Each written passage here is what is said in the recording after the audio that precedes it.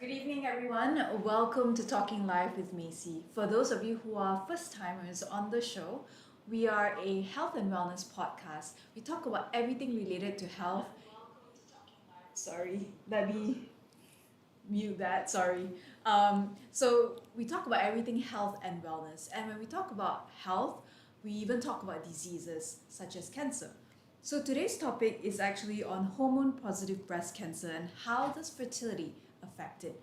This is actually a follow-up episode from the previous episode last month on breast cancer and fertility. I think many of you had a lot of questions and sorry, I don't know why it keeps coming up. I'm sorry about that. Yes, so we put it on so that I can actually get questions from you guys. I know all of you have questions, so you can start putting it in now so we can actually answer them towards the end of the session.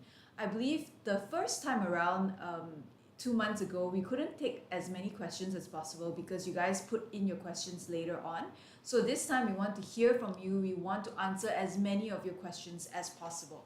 And like I said, breast cancer, in the previous episode, I mentioned that it is getting more prevalent, especially amongst younger women. And an eye-opening revelation about breast cancer is that when you're pregnant, you can also be diagnosed with breast cancer. So that for me is a fact that I actually found out during the last episode. And to many of you, you also found out as well. And for those of you who are tuning in and have breast cancer, or had breast cancer, I think you're wondering, can I get pregnant? Will fertility treatments affect me getting pregnant as well? I've heard these questions multiple times. So I think this time we really, really want to inform you guys. And more importantly, please share this with your friends, with your family, so we can get them informed and aware about today's topic, which is on hormone positive breast cancer. And basically, how can you get pregnant after you've had it, or if you are pregnant and you find out that you have breast cancer. So these are all very pertinent questions and we want to try to answer as many as possible. So put in your questions now. We're going to try to pick it up later on towards the end of the session. So today, I'm also joined by two very esteemed doctors and they are very beautiful as well. We welcome back Dr. Helena Lim, who's a fertility specialist at KL Fertility. Thank you so much for joining us again, Dr. Helena. Thank you for having me again. And we have Dr. Jennifer Leong, who's a clinical oncologist. So she's no stranger to podcasts, to shows. I've done a few with her, and I'm glad to have her on the show. So let's begin today's session. Let me reiterate today's topic, which is on hormone-positive breast cancer and how fertility treatment affects it. So my first question is actually for Dr. Jennifer. I think we need to set the baseline. What are the different types of breast cancer out there? First of all, thank you for having me on the show. It's always nice to have a new friend, to meet a new friend. And always nice to see Mei Sze again. Always such a pleasant face. So today we're going to talk about a very important topic, right? Breast cancer and fertility preservation. So breast cancer can be categorized into different categories. So we can say breast cancer can arise from either the duct, so it's an infiltrating ductal carcinoma. So based on the origin of where the cancer is from, so it can be lobular carcinoma, which is when the cancer arises from the glands. So the other way, which is more common in classifying the breast cancer, is when we look at the molecular subtypes. So this is when the pathologists actually look at the tissue sample from the breast biopsy, and then they look at whether the breast cancer or the cancer cells actually expresses receptors. So receptors are basically protein molecules that are attached onto the cancer cell, and this essentially drive the growth of the cancer cell. So some breast cancer cell can produce or express estrogen receptor, progesterone receptor, or HER2 receptor. So you may hear often the oncologist uses this phrase. It's really important to know what kind of subtypes does the patient have, because it will really determine what treatment to go for. So hormone receptor positive breast cancer denotes a patient who has progesterone or estrogen receptor positivity in the breast cancer. If someone has a triple negative breast cancer, it means the breast cancer cell do not express any of the receptor. I hope that explains it well. Yes. So I think, but majority of the women who actually get breast cancer are hormone positive, right? That's right, about 70%. So 7 out of 10 women would have a hormone receptor positive breast cancer, and it often carries a better prognosis compared to the other subtypes. So that's very good to hear, because I know a lot of friends who actually have hormone positive breast cancer. So Dr. Helena, I think we talked a lot about fertility over the past 3 episodes, and this is the 3rd one. So when we talk about fertility preservation techniques, like we mentioned about ovarian tissue freezing, Correct. that actually doesn't require hormone stimulation. That's right. Yeah. Yeah. The only thing about this ovarian tissues preservation is that you need a surgery, a laparoscopic surgery, and to take out a part of the ovaries and then preserve it with liquid nitrogen and what we call cryopreservation. And after, when you're disease-free and your doctor deem you to be fit for pregnancy, then you take it out from the freezer and patch it back to the ovaries. And then in hope that it will actually get activated and be able to conceive naturally or to have babies through IVF, for example. Yeah, so this is actually one of the ways to preserve fertility. But the only issue with this is that, number 1, surgery is required. Number 2 is after you reimplant the ovarian tissue back into the ovary, would it work or not? Because some tissue may not work. It may not actually function back as it was supposed to be. So that is another issue that we have to face. Yeah. And thirdly, after reattachment, whether it actually sensitive to hormone stimulation, your body's stimulation or not, does it work back as it used to be? So that is another question. Now, of course, there are many other ways of preserving your fertility. For example, egg freezing, which is more direct, whereby you already have eggs, available to be used. And of course, if you're in a marital relationship, you can consider embryo freezing as well. So that means that you have already have the eggs extracted and fertilized with your husband's sperm, and that is already an embryo which can be frozen for many, many years and get it replaced into your uterus when you are deemed fit to have a pregnancy. I remember you mentioned that, previously it would take longer to get the eggs out, but nowadays you can do it very quickly and then start treatment, right? That's right, yeah. Coincidentally, just a few days ago, I received a phone call from one of the breast surgeon who looks after one of my patients. And this patient actually have a small lump in the breast. And this patient just completed her IVF. Unfortunately, it didn't work out. So the breast surgeon called me and said, "Hey, Helena, I found something in her breast." And after the biopsy, it turned out to be positive for breast cancer. And she would definitely need a surgery and she would definitely need a chemotherapy. And what would you like me to do for her? So I told the breast surgeon is that, yes, I'm happy to see the patient as quickly as possible. And our plan would be stimulate her as soon as possible in between the surgery and chemotherapy, and hope to actually have more eggs and embryos for her for future use. So again, it's very real. It happens every day as we are speaking. Yeah. Yes. Yeah. That's right. So it's good to know that the breast surgeon actually cares for her, that he actually contacted you. Absolutely. I think that's the most important part. Yeah. Many of us who are diagnosed with cancer early, like I said, like myself, nobody talks to us about fertility at that point of time when we're not even married. But then we think about it after we've gone through the treatments, and that shouldn't be the case. So it's good that the breast surgeon actually brought it up with you. Very much so. Yeah. Yeah. And I greatly appreciate that sense of thinking ahead for the patients. That's so and important. yeah. I mean, it's such an unmet need, to talk about fertility preservation. But more and more younger people are getting cancer. Yes. So it's a topic that should be addressed as early as possible. Yes. I mean, I completely agree. So actually that brings us to the next question, Dr. Jennifer. What is hormone positive? I think you mentioned what hormone positive breast cancer is, but how common is it among premenopausal women? So again, it's 2/3 most common, it applies to about 2/3 of the patients, so about 70%. But women getting breast cancer in the premenopausal range, it's about 15 to 20%. Okay. Yeah, depending on the geographical region. So that's So actually it's quite still high. the most common Yeah. subtypes. Yeah. So we really need to, then when it comes to what kind of treatment, it really depends on, of course, the age, right?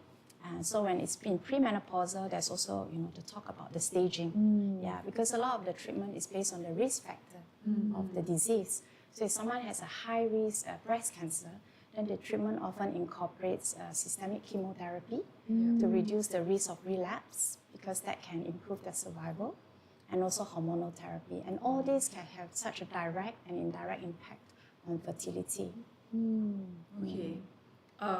So when we talk about that, the risk factors actually, Dr. Helena, are there any specific risks associated with fertility preservation treatments, especially for patients with hormone-positive breast cancer? Yeah, there's always a concern that when you have a breast cancer already, Yes. treated or not treated, for example, and if you were to go for preservation, you have to use hormone injections. Yes. So the hormone injections are what we call FSH injections, and that actually in turn stimulates all the eggs to grow. And when the eggs are growing, our body produces estrogen, and our body produces progesterone. So would it worsen the prognosis of cancer? I think that's a very valid question. Doctors are concerned about it. And recently there have been studies to show that actually it doesn't. And that study is called positive studies trial. Yeah. That's reassuring. That's very reassuring. So I think that in many ways have actually reassured a lot of patients whether, cancer, whether what we are doing will worsen, their cancer or not. And I think the answer is now very, very direct now. We can very confidently say that no, it doesn't worsen your cancer. So if you guys heard that, I think I actually received a few DMs after the show about, hey, I've had ovarian cancer or I've had breast cancer, but can I actually go for these fertility treatments? My fertility doctor actually isn't sure. Some of them told me that. So now with these studies, we know that you can actually go for these treatments and try to get pregnant. So there's hope for many of us and many of you out there. So talking about cancer treatments, what type of cancer treatments, you mentioned chemotherapy. So chemotherapy usually is of it, Yes. high risk. And of course, if it's hormone receptor positive, whether the patient had chemo or not, then they will then go on to get hormonal therapy. So we call it like a maintenance therapy for at least 5 years. Okay. Yeah. So that's quite a long, protracted time. So how does that impact fertility? I think we need to explain so that people understand it better. Yeah, so like chemotherapy, it does attack dividing cells, right? So like actively growing cells. And like our ovaries does produce egg, right? Yes. Monthly cycle. So actually it will also affect the ovarian production. So some women goes into what we call premature ovarian failure or suppression. And that's how fertility can drop. So it's not always to say that after someone has received chemotherapy, it's a given that they will develop subfertility, but there's a high risk. So that's why the talk about fertility preservation should be the first thing that you talk about when you see a young patient in your clinic. But I think it's really difficult because as clinicians, we have competing priorities. Correct. We want to try to save and at that point, I think the patient's also really quite stressed out. Yes. The partners, and really you just want to get to the treatment fast. Correct. Yeah. So then you picked up, then I call up Dr. Helena and my friends like, how soon can you get, the procedure done? Because patient would want to get the treatment started ASAP. It's true, yeah. Yeah, What happens it's with the chemotherapy also, apart from destroying the follicles in the ovaries? Sometimes even after you have chemotherapy and your menses go back to normal, but we know that the quality of it can deteriorate. Yeah, can deteriorate quite badly. So even after stimulation, you will find that the eggs that you retrieve, they can't grow into embryos. So that is one of the difficulties that we faced with women after chemotherapy. Yeah. So if possible, we would like to preserve their eggs or their embryos way ahead of chemotherapy. Yeah. And certainly immunotherapy is again a game changer. Correct. Yeah. Yeah. Again, we don't have, I think, enough data with immunotherapy. But yeah, so it is also something that we have to talk Because I think we know triple negative breast cancer, which we use the backbone of immunotherapy, often happens in very young women. Yeah, so very important. Like in this platform, I think it's so good that we're talking about this topic today to try to bring awareness to our fellow physicians as well, our fellow colleagues. So I hope doctors are watching this as well. Never mind, I'll share it with them. And I think when we talk about, especially for women, breast cancer and for the young patients, one of the main topics would be emotional and psychological support. So what are the emotional and psychological support do you recommend for women who are facing both cancer treatment and fertility challenges together? Oh, that's a very huge topic, I think. It comes hand in hand. Yeah, it does. It does. Yeah. Well, I think to start with, I think women who have cancer is already, very psychologically challenged to start with, because you're really facing with your own mortality. The possibility that you may die.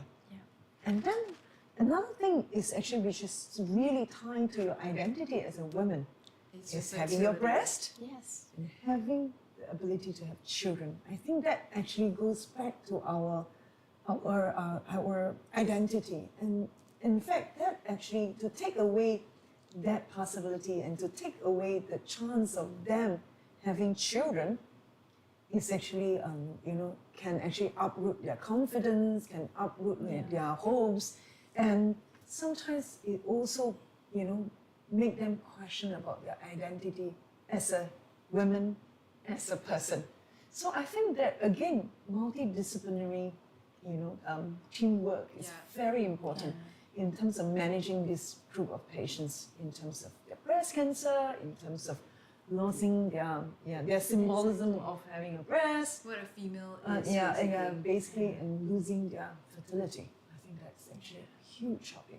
I think this is a huge topic that I think one day we will sit down and really discuss it. I mean, psychologically, it's very hard even for myself to talk about it, because for myself, I can talk about it now, but I can imagine, there were many times when I was asked to give talks. Even it was difficult. I would tear up when I'm on stage, because it's difficult to talk about like what you've gone through, and only people who have gone through cancer would understand that. Absolutely.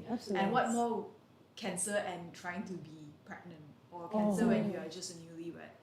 So there are many cases like that I actually know, and they're also in my cancer survivors group. So I think the next question for Dr. Jennifer is, how long should a patient wait after completing breast cancer treatment before pursuing fertility?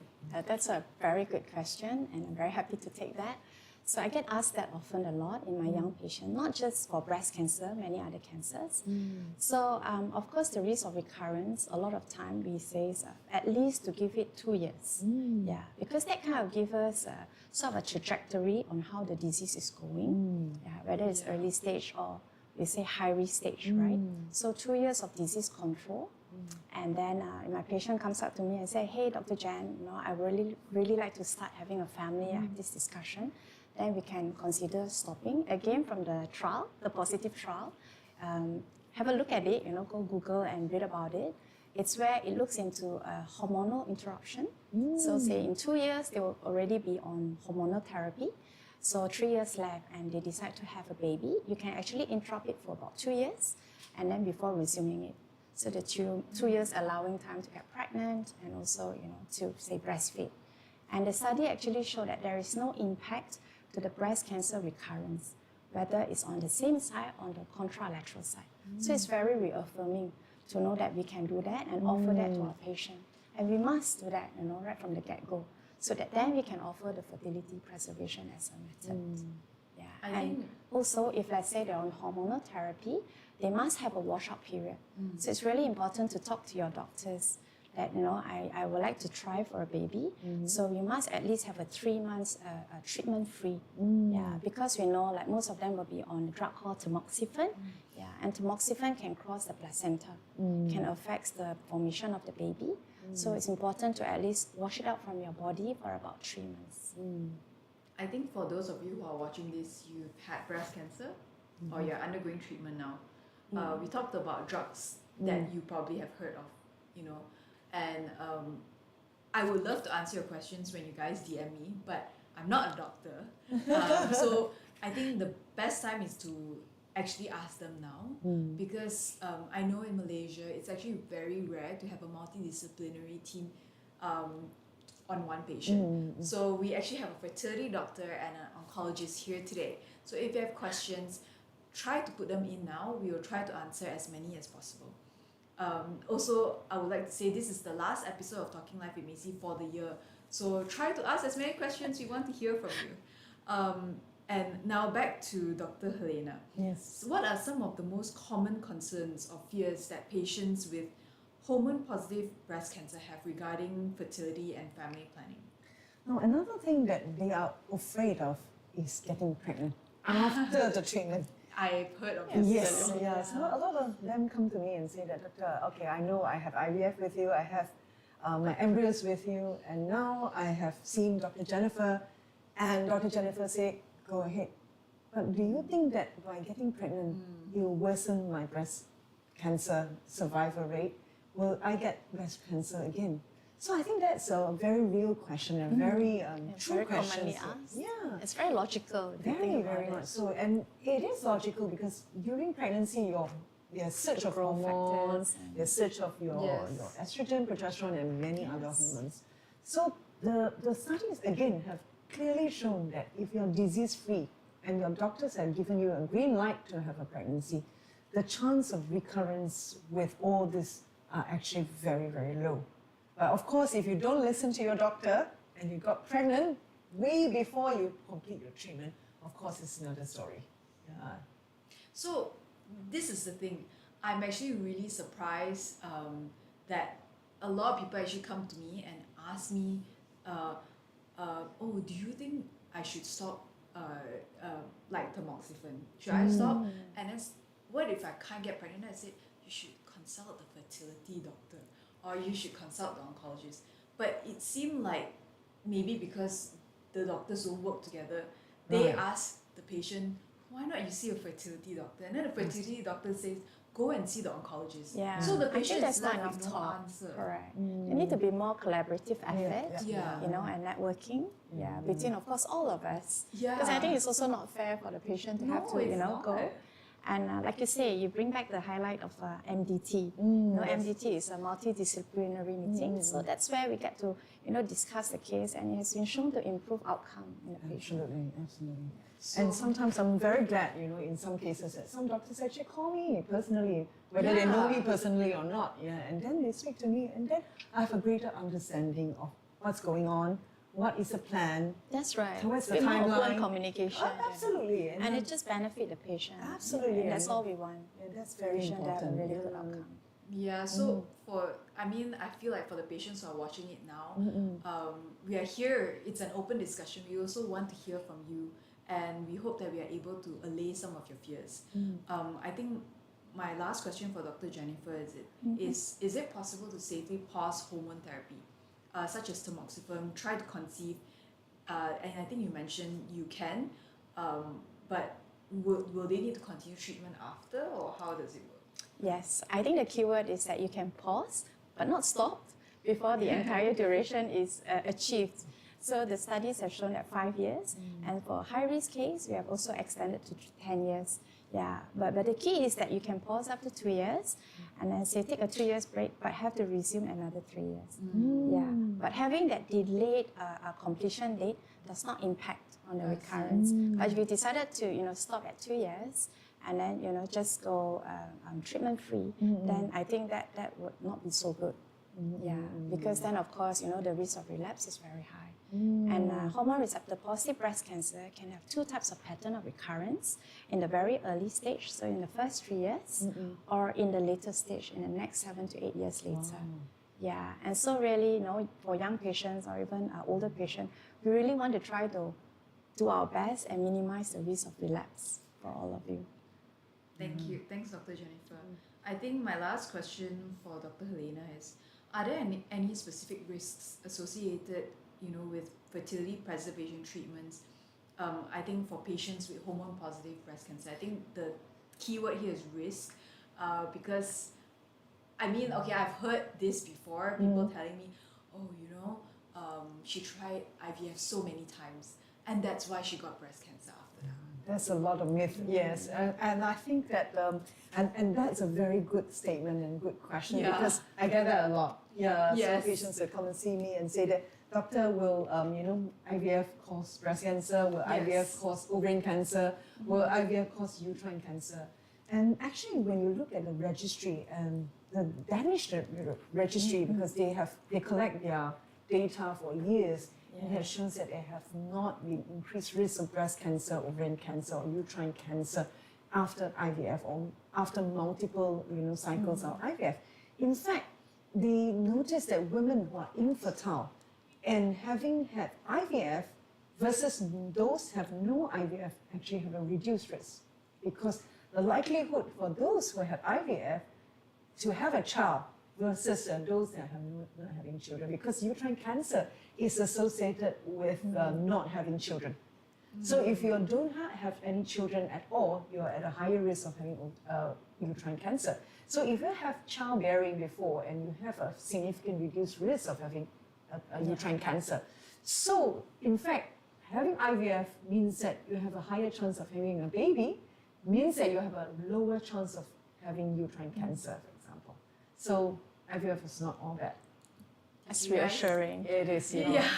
Did you guys hear that? Because I mean, I'll be very frank, I've got tons of people messaging me, or even friends or people telling me, oh, she had breast cancer because she went through 5 rounds of IVF, or she went through 3 rounds of IVF, and then she had this cancer and that cancer. So Yeah, it's exactly. not, by the way, it's not just breast cancer. I It's know. all types of Yeah. cancer. Yep. They will attribute it to Correct. IVF. Correct. Very sadly.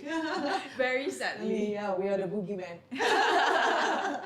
So it's very reassuring for everyone out there that it's not true. Yeah. So every time when we look at all this, we have to look back at the raw data, the big That's data, right, sorry, yeah. and all the registry. And one of the biggest registry, as we said, is actually from Denmark, Danish registry. Wow. They're huge data. Yeah, they're fantastic. Yeah, absolutely.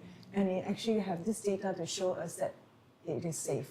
It is not something that actually causes cancer. Yeah. So I think today we've discussed a lot of very important pointers, and I do hope that even though you can't tune in now, you can share this with your friends and family so they can tune in, or if it relates to them, it would be good that they tune in, and instead of asking you questions that you might not even be able to answer. I think now we're going to start taking questions. If you have any pressing questions you want to know, be it on fertility or breast cancer or in general cancer, you can just put them in. We'll try to answer as many as we can before we wrap up the show. This, like I said, is the last episode of Talking Life with Mei Sze for the year before we start back in January. So we want to try to answer the questions that you have. So I think there are some of you that have already put in questions. One of them is Tammy. She asked, these are actually very specific questions. What are the precautions of ER positive patients who during while they're taking tamoxifen? ER positive. Yeah. So I think if I understand Tammy, thank you for your question, Tammy. So if I understand your question correctly, what are the adverse side effects, right, of tamoxifen? So I myself personally would actually refer all my patients on tamoxifen for at least a yearly gynae assessment, because we know that sometimes the uterine lining could get thickened, and so then there is a certain like that we get worried about. Correct. Yeah. Also, we just tell the patient to look out for irregular bleed or blood clot. But the risk of developing endometrial or uterine cancer with tamoxifen is very, very low. And I think Dr. Helena will agree with me. So much so that the benefit of having tamoxifen to reduce the relapse of breast cancer further, really significantly outweigh the risk of the womb cancer. But a lot of patients, because you have to tell them the risk, they get very, very scared, because you don't want to be having a second cancer. That's understandable. So really to, work your gynae, refer and make sure that every year you get the reassuring ultrasound that is all clear. And then the second one will be tamoxifen increases the risk of deep vein thrombosis with blood clots in the leg. So again, the risk is very minimal. It's very specific to certain patients, like maybe obese patients on oral contraceptive, things like that. So again, you kind of tailor the risk according to that patient, but you let your patient know that their specific symptoms come to you early. So I think those are the two major risks that Dr. Jennifer mentioned. Hope that we answered your question, Tammy. And I think Kazin asked that you mentioned that if doctor have given the clearance, the risk of cancer coming back due to hormone surge during pregnancy is very low. But what if you are pregnant with history of preterm? Is progesterone insert tablets discouraged for ER positive, PR positive patients? This I think both you can answer this. Okay, now I think because I think I will explain why they talk about progesterone. Now progesterone is actually being used in some patients, especially our field of expertise, because it actually supports the pregnancy and actually supports the uterus, and also in patients who have history of preterm birth. Sometimes we put them on weekly or even daily of progesterone, depending on what kind of, is it injectables or uterine or is it oral, to prevent preterm labor. Now, of course, when you have all this formulation, everybody worries about whether it causes breast cancer or not. Well, I think we need to actually know exactly where your risk is and what kind of breast cancer that you have. For example, is it a progesterone receptor sensitive or not, and also what kind of formulation that you use. And a certain formulation are not shown to actually increase the risk of breast cancer if you use it long term. So again, it's a lot of multidisciplinary team effort that has to be put in order to discuss what this kind of treatment. So we hope we answered your question, Kazin. I think that was a very good explanation. At the end of the day, you will at the end still need to speak to your oncologist and fertility specialist. And it also depends on the exact type of breast cancer you have. And also like the risk. It's a very early stage, or someone with a node positive, very high risk. So then we will tailor that, on an individual basis. So the next question is actually for Dr. Helena. Fertility preservation was not done before chemotherapy. I guess this person didn't do it. Is there any test to check? Is there any test to check on egg reserve and ovarian function? That's one question. And since chemotherapy can shut down the ovaries, which you mentioned, leading to low quality egg, is donor eggs an option in Malaysia? I like that question because I think we need to address that as well. And how common is donor eggs IVF in Malaysia? 3 questions. Wow. Okay. All right. I'll take it one by one. Okay. The first question being, how do you check your ovarian reserve? Now, nowadays, there's a very simple test by taking a blood test called anti-Mullerian hormone. It's actually a protein that measures your egg reserve. It tells you how much reserve you have. I always jokingly tell my patient, it's like telling you how much oil can you still pump from an oil rig. So that's one. Now, another test for it is an ultrasound scan to look at, every time when you have menses, how many eggs are there in your ovaries. So that is actually the second way that we can tell what is your reserve. But unfortunately, these 2 tests can't tell us how is your egg quality because there's no test for egg quality. The only time we can test your egg quality is the time you take out your eggs during an IVF procedure. So unfortunately, there's still no test for egg quality. So that is another challenge that we face day to day in our world of IVF. So that's the first question. Second question is, if they have really very low egg reserve, what are the options available? Now, donor eggs actually is very controversial in this country because at this juncture, there is no law to govern, egg donation, gamete donation, and so forth. So it's a gray area. It is very gray. However, we know that certain religion completely prohibits it. So, if, for example, if you're Muslim, or you are actually some of the Catholic or Christians, they actually ban gamete donation. So again, that is actually, I always tell patients that you must be aware of this religious sensitivity and social and cultural sensitivity, so that again, seek your, your religious, religious pastors or your Muslim counselor for clarification. That is one. The third thing is actually about the regulation, because there's actually lack of a law. And again, there's no regulation in terms of how this is being done. So for example, in Australia, where my IVF center is attached to, actually in Australia there's a law that governs egg donation, sperm donation and so forth. So there is a registry, and the law mandates that if you were to actually donate your egg to infertile couples who needs egg donation, there's only 5 pregnancies that you can create. Beyond 5, you cannot donate anymore. Okay. So the registry also puts your name down and puts the 5 children that you created through your egg donation. And these children have the right to come back to you and trace you back, Wow. okay, in years to come, if they need to know anything about their genetics, family history of disease and so forth. Of course, by law, they are not your children, so they cannot claim your asset, for example. But because of that, that protects the donor and that protects the recipient and protects the children as a result of this egg donation. Because what happened is that in some parts of the world, egg donation has become very commercialized, whereby people, go around and donate as many as possible, hundreds, if they can. So you will never know, what happens after that. Children who are, become, half siblings marrying each other, for example, genetically, you didn't know about that.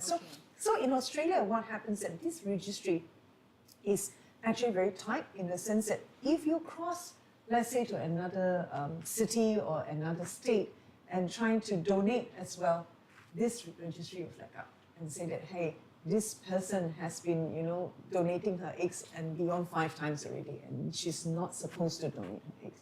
And same applies to sperm donation as well. So the rules actually protect them in Australia, but in Malaysia, there's no rules on it. Exactly. So the question on how common donor egg IVF is in Malaysia, you can't answer really it as can't well. answer, because we really do not know how many are there. Yeah, but we hope, and as a doctor, as a fertility doctor, we are really hoping that there will be one day a good, there's continuous drive to have all this legalized, for all this to have a good registry to protect everyone. Yeah, so I hope that will come to fruition. I absolutely agree with that. Yeah. Thank you so much, Dr. Helena, and thank you for your question, because I think it's very important we touch a little bit on donor eggs, sperm, and all these things that are in the grey area in Malaysia. I think I'll take one last question, but if you guys have questions, you can put them in. We'll try to answer them in another episode.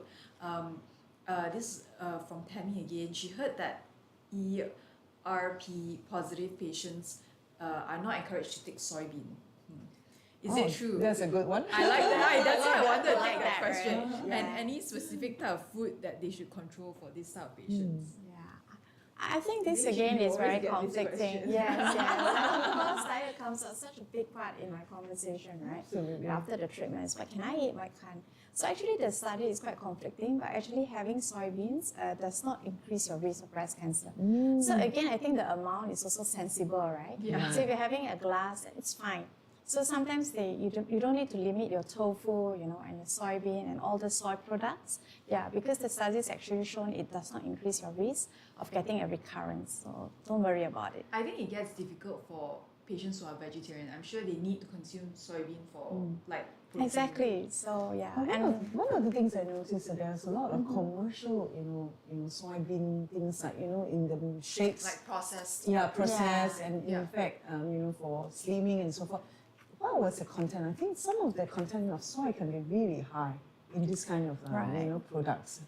Yeah, So I think you have agree. to really look at it. Also, all this processed food, I think, comes in very high sugar content. So again, like the question of what should I eat, I shouldn't, is there a cancer food regime? I always say, go with well-balanced diet. So meaning, take your proper amount of carbohydrate, protein. I don't have to go like, keto diet and all that, especially when you're doing chemotherapy. You really do need the, healthy cells to grow. I always So say yeah, so always just go with your normal diet. But of course, the food has to be properly washed, clean, and not raw to a certain extent, reduces the risk of infection. Yeah, importantly, I think is to, have very good support from the family. Yeah, and have a, it's tough. Like we all say from the start, having cancer treatment diagnosis is already very tough, emotionally, psychologically, physically. Yeah, so try your best to keep a positive spirit, and your doctors and everyone around you are your biggest cheerleader, and your loved one, and you'll get through.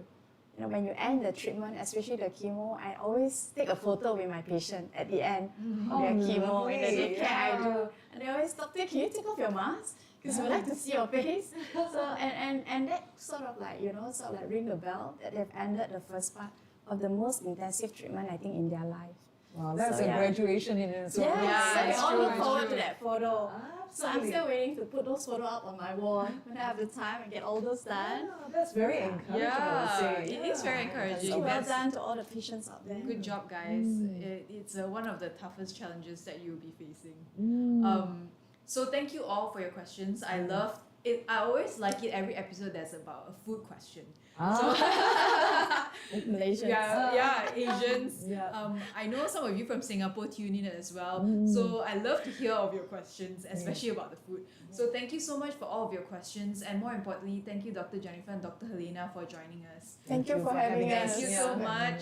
Thank you. So for those of you who are watching, remember to share this with your friends and family so they can tune in, understand, and know more about what fertility is all about, breast cancer, or the crossover between both.